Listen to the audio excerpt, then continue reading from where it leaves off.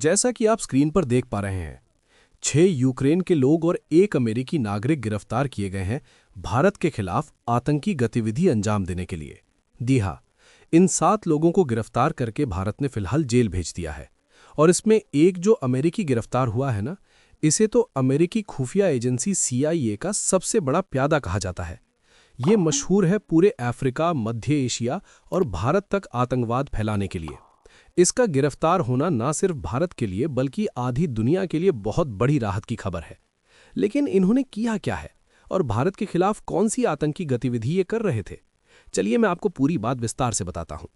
हुआ ये कि ये 7 लोग अलग अलग दिनों पर भारत आए, भारत का वीजा लेकर। जी हाँ, भारत का वैलिड वीजा इनके पास था। टूरिस्ट बनकर ये भारत में आए। फिर 7 लोग भारत में इकट्ठा होकर कहां पहुंचे? मिजोरम में। जबकि मिजोरम में जाने की इन्हें इजाजत नहीं थी, लेकिन मिजोरम में पहुंचने के बाद ये सरहद पार कर गए। जी हां, ये मिजोरम के जरिए बॉर्डर पार करते हुए म्यांमार पहुंचे और फिर वहां पर भारत विरोधी जो गुट है, उन्हें आतंकी ट्रेनिंग दी। जी हां, इन 7 लोगों ने उन लोगों को बताया कि गुरिल्ला वॉरफेयर कैसे करना है, कैसे लड़ाई करनी है, विदेशी राइफल को कैसे चलाना है और किस प्रकार से टैक्टिक्स अपनानी है। सारी चीजें इन्होंने वहां सिखानी शुरू कर दी। लेकिन खास बात यह है कि इनका जो मास्टरमाइंड था, ये एक अमेरिकी व्यक्ति था और इसका नाम बताया जा रहा है मैथ्यू वॉन्डाई।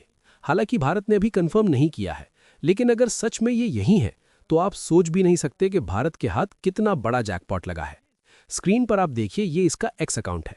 ये बहुत ही बड़ा अमेरिकी सिक्योरिटी एनालिस्ट था जो कि यूक्रेन, लीबिया हर जगह काम करता था। इसका भारत के हाथ लगना समझो जानकारी का एक खजाना हाथ लगने के बराबर है। और रिपोर्ट्स में बताया गया है कि यही मास्टरमाइंड था और 6 के 6 यूक्रेनियंस लोगों को यही लेकर आया था म्यांमार में, जहां पर इन लोगों ने ड्रोन इंपोर्ट किए यूक्रेन से। जी हां, कई ड्रोन मंगाए और उन ड्रोन की मदद से म्यांमार के विद्रोहियों को इन्होंने ट्रेनिंग दी। लेकिन अच्छी बात यह रही कि भारतीय खुफिया एजेंसियों को इसकी जानकारी पहले से थी, इसीलिए NIA पहले दिन से इनके पीछे लगी हुई थी। यही कारण है कि इससे पहले ये भारत को सीरियस डैमेज पहुंचा पाते, इन्हें हमने धर लिया। हालांकि भारत के कुछ लोग इसको लेकर खुश नहीं हैं। इसके अलावा कुछ पश्चिमी देशों से भी आलोचनाएं आ रही हैं कि भारत को इन लोगों को गिरफ्तार नहीं करना चाहिए था, क्योंकि ये लोग तो भारत में कुछ कर ही नहीं रहे थे।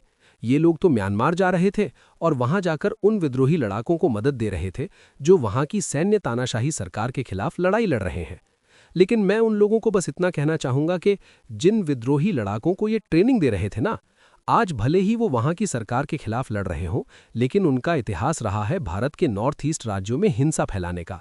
इसीलिए आज तो वो उस ट्रेनिंग का इस्तेमाल करेंगे म्यांमार की सेना के खिलाफ लड़ने में। लेकिन जब वो लड़ाई खत्म होगी तो यही लोग इसी ट्रेनिंग का, इसी ड्रोन ऑपरेशन का इस्तेमाल भारत के खिलाफ भी कर सकते हैं। क्योंकि सांप की फितरत काटना होता है।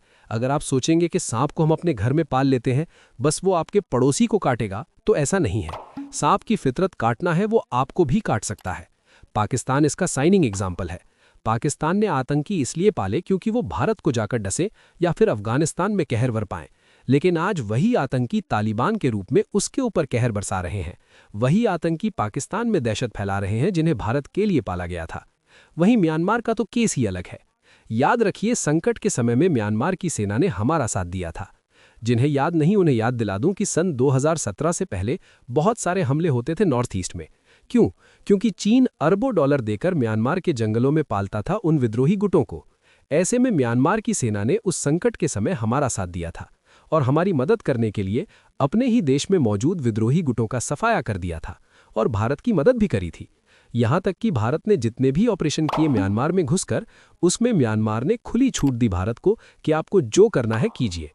ऐसे में एक ऐसे देश के साथ जो हमारा इतना कोऑपरेशन करता है, इतनी मदद करता है, उसके साथ विश्वासघात, घोर अपमान और पाप है। ऐसा भारत कभी नहीं करेगा। इसीलिए हमने इन्हें गिरफ्तार करके सही किया।